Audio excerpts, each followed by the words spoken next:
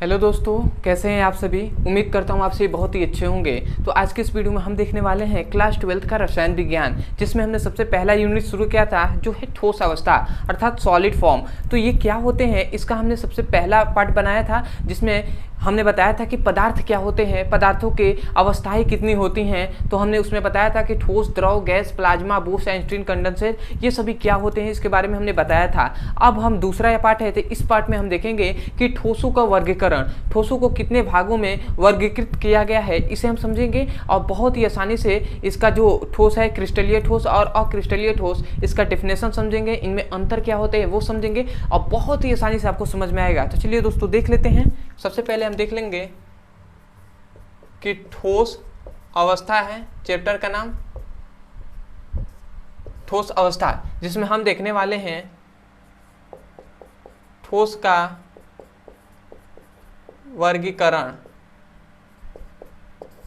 ठीक है, तो ठोसों का वर्गीकरण, या इसे हम इंग्लिश में क्या कहते हैं, क्लासिफिकेशन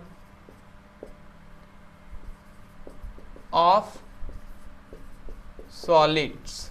ठीक है, तो क्लासिफिकेशन ऑफ सॉलिड देखेंगे। तो याद रखेंगे दोस्तों, ठोसों का वर्गीकरण दो भागों में किया गया है। ठीक है, परंतु किसके आधार पर, तो याद रखेंगे इनके अवयवी कणों के एक व्यवस्था के आधार पर, इनके अवयवी कणों के व्यवस्था के आधार पर इसे दो भागों में क्या किया गया है, बांटा गया है। ठीक है, या वर्गीकृत किया गया है। ठीक है, तो हम क्या लिखेंगे, इनके अवयवी कणों के व्यवस्था के आधार पर दो भागों में बांटा गया है। ठीक है, इनको दो भागों में बांटा गया है, किसके आधार पर, अवयवी कणों के एक व्यवस्था के आधार पर। ठीक है, तो आपको एक बात तो समझना होगा। सबसे पहले तो ये जान लीजिए कि इनके दो प्रकार कौन कौन से हैं। तो याद रखेंगे, सबसे पहला है जिसे हम क्या कहते हैं, क्रिस्टलीय ठोस कहते हैं, और दूसरा है अक्रिस्टलीय ठोस।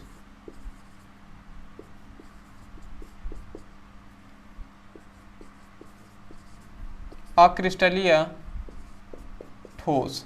ठीक है, तो ये दो हैं, सबसे पहला क्रिस्टलीय ठोस, दूसरा है अक्रिस्टलीय ठोस। ठीक है, तो आपको ये पहले समझना होगा, इन दोनों को समझने से पहले आपको ये समझना होगा कि अवयवी कण है क्या, तभी तो समझेंगे कि अवयवी कणों की व्यवस्था के आधार पर। तो इनकी व्यवस्था तो हम समझते हैं, परंतु अवयवी कण है क्या। तो याद रखेंगे दोस्तों, जिन मतलब कणों से मिलकर ठोस पदार्थ बना होता है, उस कण को ही हम अवयवी कण कहते हैं। ठीक है, समझ में आया। जिन छोटे छोटे कणों से जो ठोस पदार्थ बना है, तो उन छोटे छोटे कण को ही हम अवयवी कण कहते हैं। तो मैं आपसे पूछना चाहता हूं कि जो ठोस पदार्थ है वो किन कणों से मिलकर बना होता है। तो आप जानते हैं कि वो किससे, परमाणु से मिलकर बना होता है, परमाणु से। ठीक है, अणु से भी मिलकर बना होता है, और किससे मिलकर बना होता है, आयन से भी मिलकर बना होता है। ठीक है, आयन से भी। तो ये तीन क्या हैं, इनके अवयवी कण हैं। किनके अवयवी कण है, ठोस के।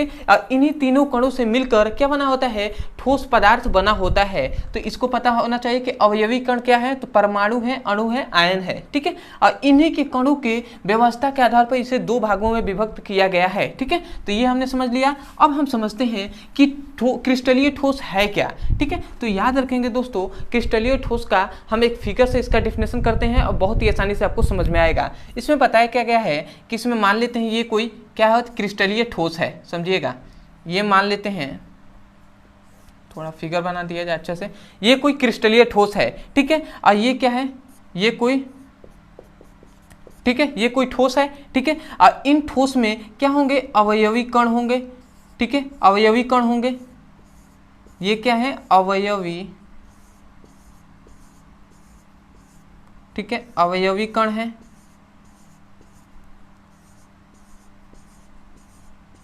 ये अवयवी कण है। ठीक है, तो ये क्या है, इनका नाम याद रखेंगे, ये जो कण है ये कौन से हैं, अवयवी कण है, ठीक है। और ये जो अवयवी कण है, ध्यान से देखेंगे तो ये अवयवी कण जो है ये क्या है, नियमित व्यवस्था में है कि नहीं, एक नियमित व्यवस्था में है। इस प्रकार से देखिए तो इस प्रकार से सीधे हैं, इस प्रकार से एक एक करके क्या है, नियमित व्यवस्था में है। ये एक नियमित व्यवस्था में क्या है, स्टेबल है, अस्थायी है।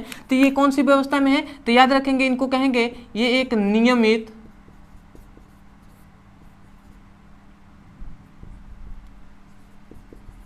नियमित व्यवस्था में है, ठीक है। जो क्रिस्टलीय ठोस है वो एक नियमित व्यवस्था में है, ये हम कह सकते हैं कि एक निश्चित व्यवस्था में है। जो अवयवी कण है ये क्या है, नियमित व्यवस्था में है, ये क्या कह सकते हैं, एक निश्चित व्यवस्था में है, ठीक है। और एक बात याद रखेंगे कि जितना बड़ा क्रिस्टलीय ठोस होगा और ये निश्चित व्यवस्था में होंगे तो ये क्या कहेंगे, दीर्घप्रासी व्यवस्था में ना, दीर्घप्रासी तक मतलब लंबे समय तक ये एक नियमित व्यवस्था में चलते जाएंगे। तो क्या है, मतलब ये दीर्घ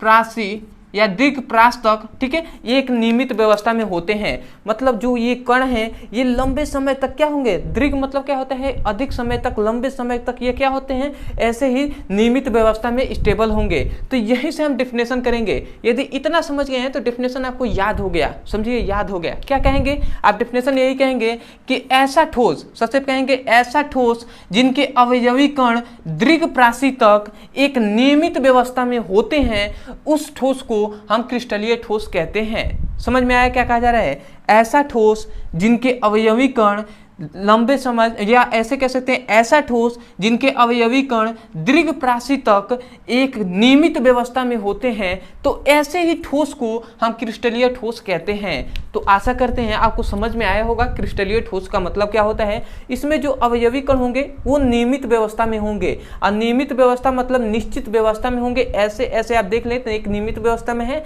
और ये क्या होंगे, दीर्घप्रासी तक होंगे, मतलब लंबे समय तक ये क्या होंगे, नियमित व्यवस्था में ही रहेंगे, ठीक है। तो यही कहा जा रहा है कि ऐसा ठोस जिनके अवयवी कण दीर्घप्रासी तक नियमित व्यवस्था में होते हैं, तो ऐसे ठोस को ही क्रिस्टलीय ठोस कहते हैं। तो आपको सबसे पहले ये बोलना है, दूसरे पॉइंट में आपको ये, तीसरे पॉइंट में आपको ये, और चौथे पॉइंट में ये, और उसके बाद क्रिस्टलीय ठोस कहना है, ठीक है। तो ऐसे आप फिगर से समझकर आप इसको याद कीजिए। क्या कहा जा रहा है कि ऐसा ठोस जिसके अवयवी कण दीर्घप्रासी तक एक नियमित व्यवस्था में होते हैं, तो इसी ठोस को क्रिस्टलीय ठोस कहते हैं, ठीक है। तो मैं इसका डेफिनेशन लिख दे रहा हूं, ठीक है। तो आशा करते हैं आपने समझ लिया होगा, तो लिख दे रहा हूं, लिखेंगे ऐसा, ऐसे, ऐसा या ऐसी ठोस, ऐसा ठोस जिनके अवयवी कण दीर्घप्रासी तक या दीर्घप्रास तक एक नियमित या निश्चित व्यवस्था में, नियमित व्यवस्था या निश्चित व्यवस्था भी कह सकते हैं, में होते हैं, तो ऐसे ठोस को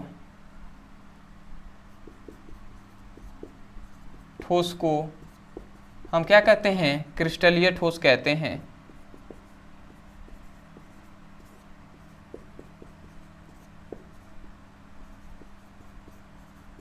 ठीक है, तो क्रिस्टलीय ठोस किसे कहते हैं, ऐसा ठोस जिनके अवयवी कण दीर्घप्रासी तक एक नियमित व्यवस्था में होते हैं, ऐसे ठोस को ही क्रिस्टलीय ठोस कहते हैं। तो आपको यहाँ से नहीं, यहाँ से याद रखना है कि ऐसा ठोस जिनके अवयवी कण दीर्घप्रासी तक एक नियमित व्यवस्था में होते हैं, ऐसे ही ठोस को क्रिस्टलीय ठोस कहते हैं। ठीक है, तो आशा करते हैं आप समझ लिए होंगे क्रिस्टलीय ठोस। अब हम देखेंगे अक्रिस्टलीय ठोस किसे कहते हैं।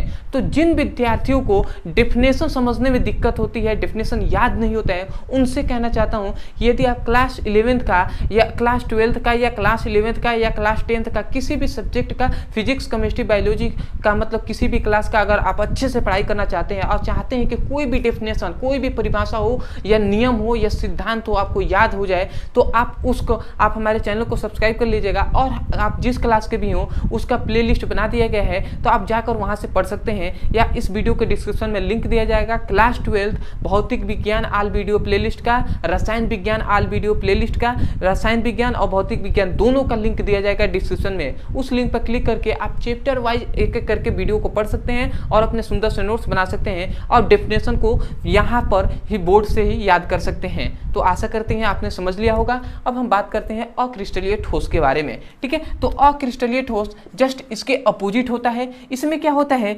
इसमें नियमित व्यवस्था होता है और इसमें क्या होगा, अनियमित व्यवस्था में होंगे, ठीक है। इसमें क्या होता है, इसमें समझिएगा ये कोई क्रिस्टलीय ठोस है, ठीक है। तो इसमें क्या होगा, जो क्रिस्टलीय ठोस होंगे वो अनियमित व्यवस्था में होंगे। जैसे कि ये मान लेते हैं ये क्रिस्टलीय ठोस है, ये नियमित व्यवस्था में आए और उसके बाद क्या होंगे, अनियमित ऐसे व्यवस्था में हो गए, ठीक है, ऐसे अनियमित व्यवस्था में हो गए। तो ऐसे ही अनियमित व्यवस्था में जो होंगे उसे अक्रिस्टलीय ठोस कहेंगे, ठीक है। कुछ देख रहे हैं कि ये क्या है, ये कोई ठोस है, ठीक है, और ये क्या है, अवयवी कण है, ठीक है। और ये क्या है, अनियमित व्यवस्था में है। देख रहे हैं अनियमित व्यवस्था में है कि नहीं, ठीक है। ऐसे देखिए तो यहाँ पे खाली है, ये नियमित व्यवस्था में नहीं है, अर्थात क्या है, अनियमित व्यवस्था में है, ठीक है, अनियमित व्यवस्था में है। या हम ये भी कह सकते हैं कि कुछ समय तक तो देख रहे हैं कि ये नियमित व्यवस्था में है। मतलब कुछ मतलब क्या होता है, थोड़े समय के लिए ये नियमित व्यवस्था में है, उसके बाद अनियमित व्यवस्था में आ गए हैं। तो इसे हम ये भी कह सकते हैं कि ये लघु समय तक या लघु प्राशी तक एक नियमित व्यवस्था में होते हैं। मतलब बहुत ही कम समय तक ये नियमित व्यवस्था में होते हैं। तो हम ये भी कह सकते हैं कि लघु परास तक क्या होते हैं, एक नियमित व्यवस्था में होते हैं, ये भी हम कह सकते हैं। तो हम यही कहेंगे, डेफिनेशन यहाँ से क्या कहेंगे कि ऐसा ठोस जिसके अवयवी कण अनियमित व्यवस्था में होते हैं या लघु परास तक नियमित व्यवस्था में होते हैं, मतलब बहुत ही कम समय के लिए नियमित व्यवस्था में होंगे, तो उस प्रकार के ठोस को हम क्रिस्टलीय ठोस कहते हैं। तो आप समझ गए होंगे, ठीक है। एक बार और मैं बोल रहा हूँ, क्या कहेंगे, ऐसा ठोस जिनके अवयवी कण अनियमित व्यवस्था में होते हैं उसे अक्रिस्टलीय ठोस कहते हैं। या इसको और थोड़ा सा समझाया जाए तो आप ये भी कह सकते हैं कि ऐसा ठोस जिसके अवयवी कण अनियमित व्यवस्था में होते हैं या लघु पराशी तक नियमित व्यवस्था में होते हैं, तो उस प्रकार के ठोस को अक्रिस्टलीय ठोस कहते हैं। देख रहे हैं ना, ये अनियमित व्यवस्था में है। और ऐसे अगर थोड़ा सा और ध्यान दें, इस पर थोड़ा सा आप गौर करें तो ये क्या है, कुछ समय तक तो ये नियमित व्यवस्था में है, मतलब लघु समय के लिए ये नियमित व्यवस्था में है। तो इसीलिए कहा जा रहा है लघु पराशी तक एक नियमित व्यवस्था में होते हैं, तो उसे भी क्या कहेंगे, अक्रिस्टलीय ठोस कहेंगे। तो मैं लिख रहा हूँ डेफिनेशन, आप डेफिनेशन यही लिखेंगे कि ऐसा ठोस जिनके अवयवी कण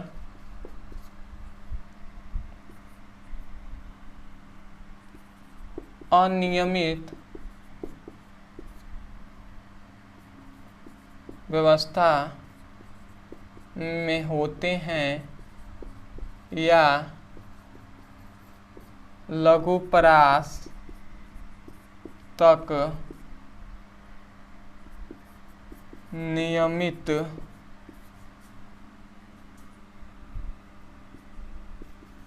व्यवस्था में होते हैं, तो ऐसे ठोस अक्रिस्टलीय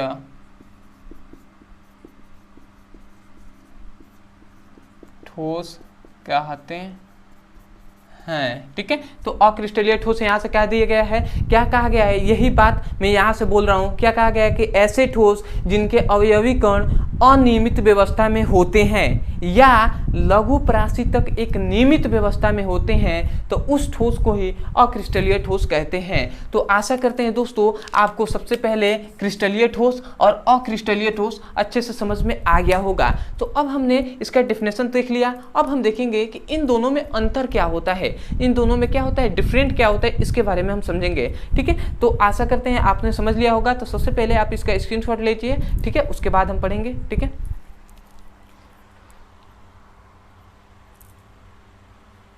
ठीक है, तो आशा करते हैं दोस्तों आपने स्क्रीनशॉट अच्छे से ले लिया होगा, ठीक है। तो मैं इसको मिटा रहा हूं, ठीक है, उसके बाद हम देखेंगे, ठीक है।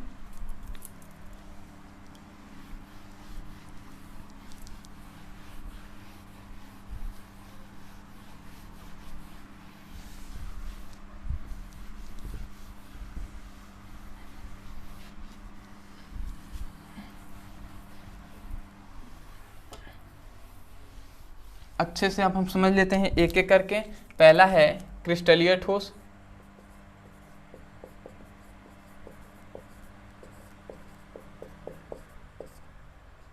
और दूसरा हम देख लेंगे अक्रिस्टलीय ठोस।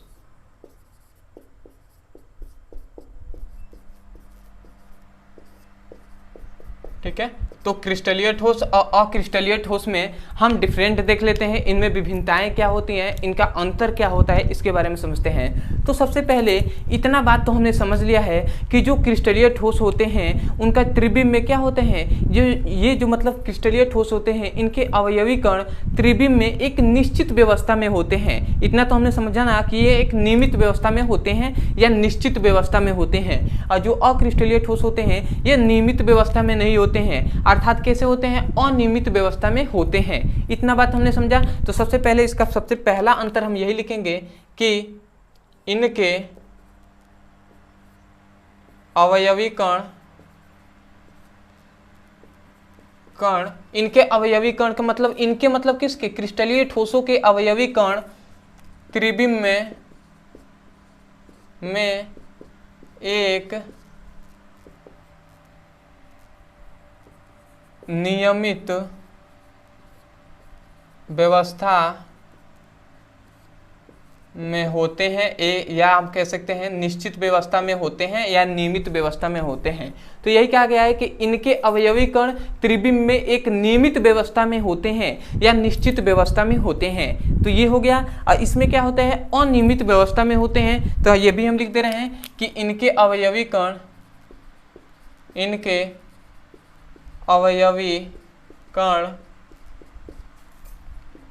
त्रिविम में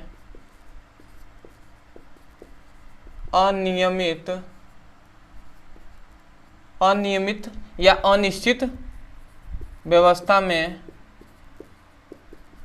होते हैं। ठीक है, तो ये इसका सबसे पहला हमने अंतर देख लिया कि इसमें क्या होंगे, एक नियमित व्यवस्था में होंगे और इसमें क्या होंगे, अनियमित व्यवस्था में होंगे। तो ये सबसे पहला अंतर है। दूसरा अंतर याद रखेंगे कि जो क्रिस्टलीय ठोस होते हैं इनका जो क्या होता है, कणों की जो अवयवी कणों की जो आकृति होती है वो निश्चित होती है। ठीक है, इनके जो कणों की आकृति होती है वो क्या होती है, निश्चित होती है, जबकि इनके कणों की आकृति अनिश्चित होती है, निश्चित नहीं होती है। ठीक है, तो इसको हम लिख लेंगे। दूसरा अंतर ये होता है कि इनके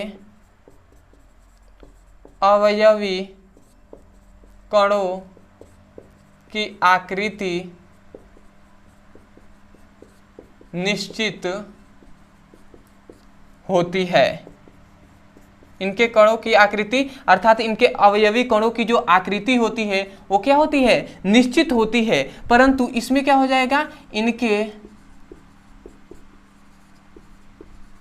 अवयवी कणों की आकृति अनिश्चित होती है, चित होती है। ठीक है, तो ये हमने दो पॉइंट्स देख लिए। सबसे पहला कि ये नियमित व्यवस्था में होते हैं, ये अनियमित व्यवस्था में होते हैं। दूसरा कि इनके जो क्या होते हैं, इनके अवयवी कण की आकृति क्या होती है, निश्चित होती है और इनकी आकृति अनिश्चित होती है। तो ये हमने दो पॉइंट्स देख लिए। अगला तीसरा पॉइंट हमने देना है कि ये क्या होते हैं, ये लघु मतलब ये क्या होता है, दीर्घप्रासी तक क्या होते हैं, एक नियमित व्यवस्था में होते हैं। मतलब इनमें क्या होता है, इनके अवयवी कणों में दीर्घप्रासी व्यवस्था होती है। दीर्घप्रासी का मतलब कि लंबे समय तक ये एक नियमित व्यवस्था में चलेंगे, रहेंगे। ठीक है, और ये क्या होता है, अक्रिस्टलीय ठोस में हमने देखा था कि यह लघुप्रासी व्यवस्था में होते हैं। ये लघु बहुत कम समय तक के लिए ये नियमित व्यवस्था में होते हैं। तो तीसरा अंतर ये हो जाएगा। तो तीसरा अंतर क्या लिखेंगे कि इनके अवयवी कण क्या होते हैं, इनके अवयवी कण दीर्घप्रास व्यवस्था में होते हैं। ठीक है, तो इनके अवयवी कण दीर्घप्रास व्यवस्था में होते हैं। ठीक है, और इनके अवयवी कण तीसरा याद रखेंगे, इनके अवयवी कण लघु प्रास व्यवस्था में होते हैं।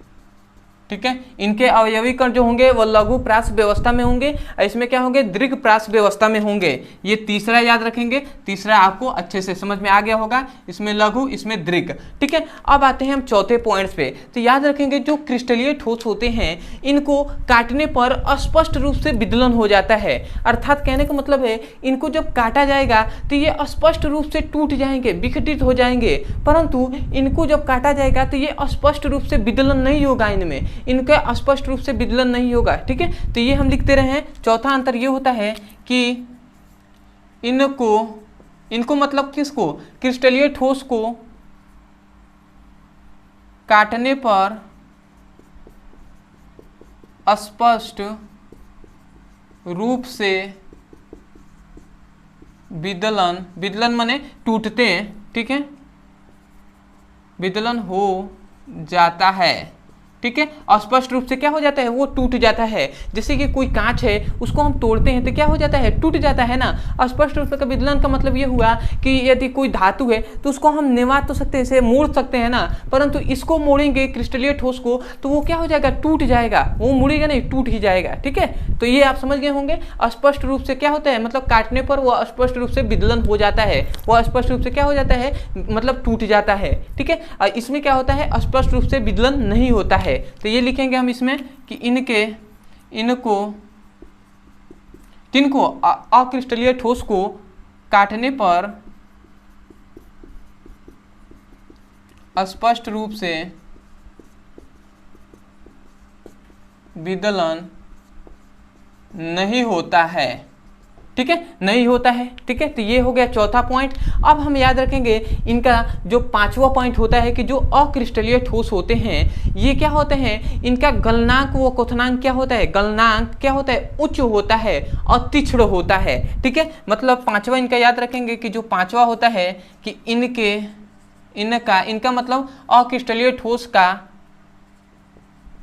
गलनांक क्या होता है, गलनांक उच्च व तीक्ष्ण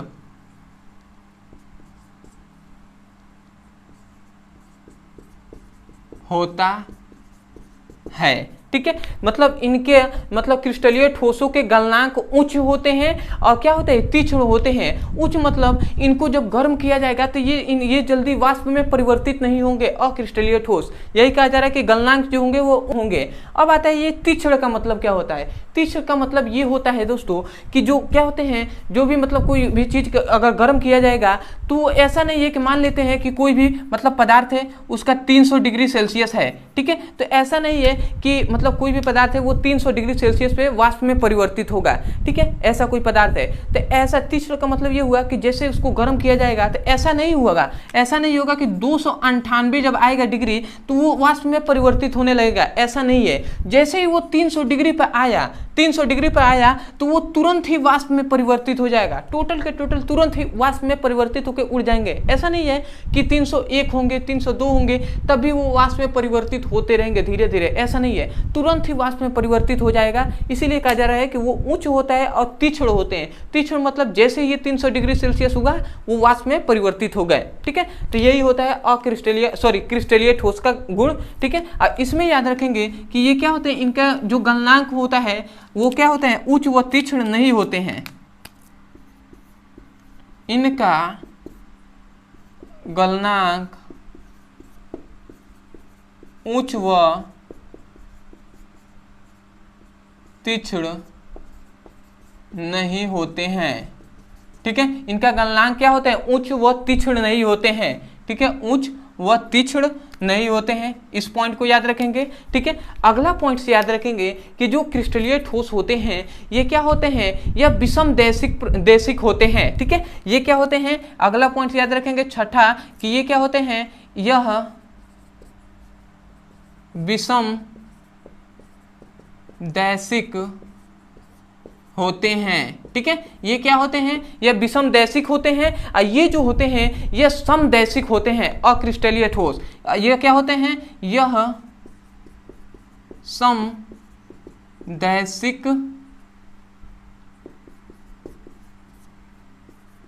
होते हैं। ठीक है, तो याद रखेंगे यह विषमदैशिक होते हैं या समदैशिक होते हैं। ठीक है, अगला पॉइंट जो कि बहुत ही इंपॉर्टेंट है वो याद रखेंगे दोस्तों कि जो क्रिस्टलीय ठोस होते हैं ना, यही वास्तविक ठोस होते हैं, यही वास्तविक ठोस पदार्थ मतलब होते हैं, यही वास्तविक ठोस पदार्थ होते हैं। तो इसको भी याद रखेंगे। 7वां पॉइंट कि यह वास्तविक ठोस होते हैं। ठीक है, यही जो है ये 7वां पॉइंट ये याद रखना है कि ये वास्तविक ठोस होते हैं, यही वास्तव में ठोस होते हैं। और ये याद रखेंगे इसका कि ये वास्तव में ठोस नहीं होते हैं। ठीक है, ये क्या होते हैं, यह आभासी ठोस होते हैं। ये क्या होते हैं, ये अभासी ठोस होते हैं, ये वास्तव में ठोस नहीं होते हैं। अक्रिस्टलीय ठोस, क्रिस्टलीय ठोस वास्तव में कौन ठोस होते हैं, क्रिस्टलीय ठोस होते हैं। तो आशा करते हैं ये जो 7 पॉइंट आपको लिखवाया गया है ये अच्छे से आपको समझ में आ गया होगा। तो सबसे पहले आप इसका स्क्रीनशॉट लीजिए, उसके बाद हम बात करते हैं। ठीक है,